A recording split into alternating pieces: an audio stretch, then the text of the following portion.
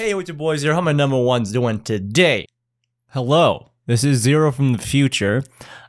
This is a video that I uploaded last week to my other commentary channel, and I decided to put on my tech channel. Maybe, decided to work this tech channel more. So if you want to subscribe to the channel, it'll be great. And I'll see you guys in the next one. As for me, I'm feeling quite eager. I want to talk more about audio gear because I've been getting a little bit into that as well. And, well, as you can tell by the title, we're talking about USB-C dongles. So I am sorry, Apple users, you're not welcome here. I'm sorry. I don't mean it. But, if you just happen to have a USB-C device, this is a good way to do it. And I have to live the dongle life now too, because I had to upgrade to a newer phone. And lost its headphone jack. I'm sorry, I'm sad. RIP headphone jack.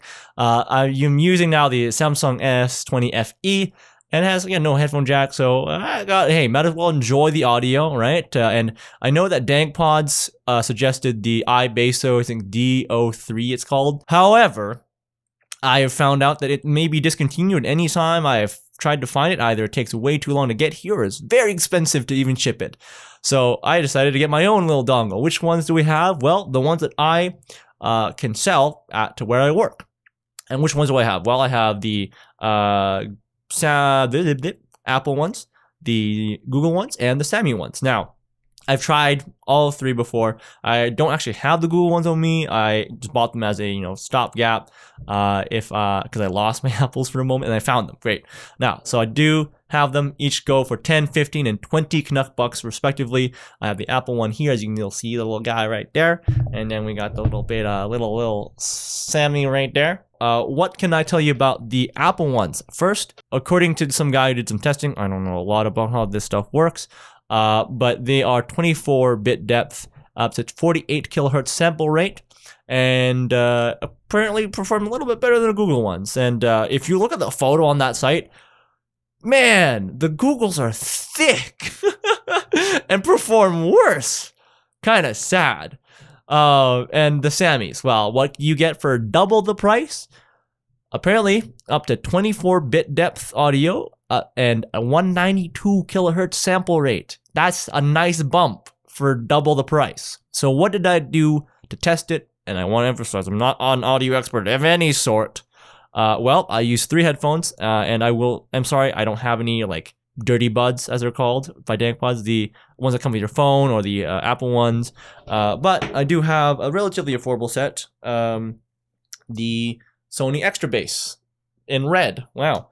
That's one part of the testing. And I also have my good old Sony HD 471s. I wish I had a cable that works on my phone. Talk about that. And I have my new favorite pair of listening devices, the Shure SE215s, and I got a nice little upgrade cable. Not really an upgrade, but it's actually nice because actually how they work. But yeah, let's talk about that right now. So I used all those. They have a different signature for each of them. And so that's great for testing because, I can hear more emphasis on certain parts when things sound amplified as they are. How do they sound? Well, on my Shure 215s, they sound cleaner. Like, I don't know how else to say it, but they sound cleaner. And I think this little shit's got an amp, like a DAC. So an amp built in it. It's a DAC. I think it has an amp built into it because when I play at the same volume, the Sammys are louder, and I don't know any other reason other than there's an amplifier stuck inside of it. And oh boy, does it, on the Shures, does it boost the bass. It sounds amazing. And the highs, sparkly, as DangPods would put it, sparkly. So very, very effective. It's sad. The Apple ones, by comparison, flat. I'm sorry, they're just flat in comparison. And the bass, I hear the rumbles, I feel it, better represented. And I actually do hear more clear reverb and some instruments that are not as drowned out, even though the bass is very high. I'm very happy about that. Now, on the Extra Bass headphones, the Apples make my bass sound really muddy. That's the best way to describe it. And it comes through, but it's not always well defined, which is kind of sad. In comparison, clarity, up the charts. great. Unlocks the potential.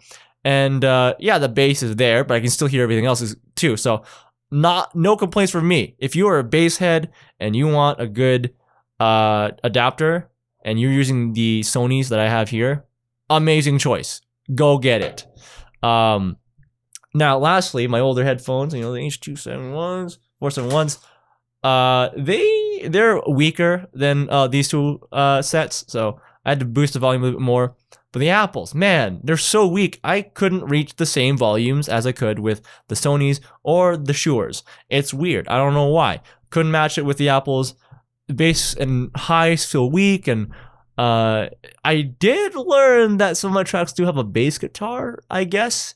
But then when I wear the Sammys with them, oh, the bass guitar sounds way better, more clear, and better volume. Now, I still can't match the same volumes as the other two, but it elevates all the frequencies, and I feel like my headphones are a bit more balanced. So, you know, as you can hear, a lot of good things to say about one particular one. So which one is the winner? $20 Sammys. Go get it. I know it's floppy, and it's kept its shape very well, too. I love the Sammys so much. I bought a second one. Easy peasy lemon squeezy. The only complaint I have is the coloring on it. You can't really see it on camera, but there's this connector part here, and then this little connector part here. The little cable in between is a little bit of a gray tinge to it, but it's an appearance thing, not a problem when you're just listening to music and just plug it in, right? So that's no problem, nothing to cry over on that part. Small word of warning though. When I checked out reviews and even where I got the info on it, obviously on the box itself here and on Samsung's website about the supported format, there were reviews on the bottom saying that it was fragile. I don't feel like it's that fragile, but you know, that's a good thing I bought a second one anyways.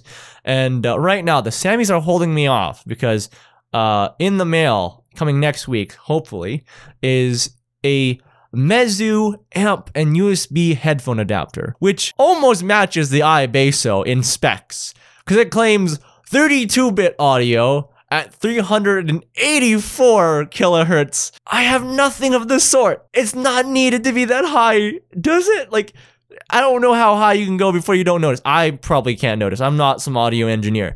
But holy shit, that's huge. So we'll see where that goes. It's coming next week. I might make a review for it. Do you guys want a review? Leave a comment, leave a like, share the video too. That'd be great, you know? Leave your comments down below about your thoughts on USB-C DACs. I may or may not do more stuff on audio, but I'm still sticking with the weeb shit. Hopefully, we'll see you guys in the next one, and enjoy your day.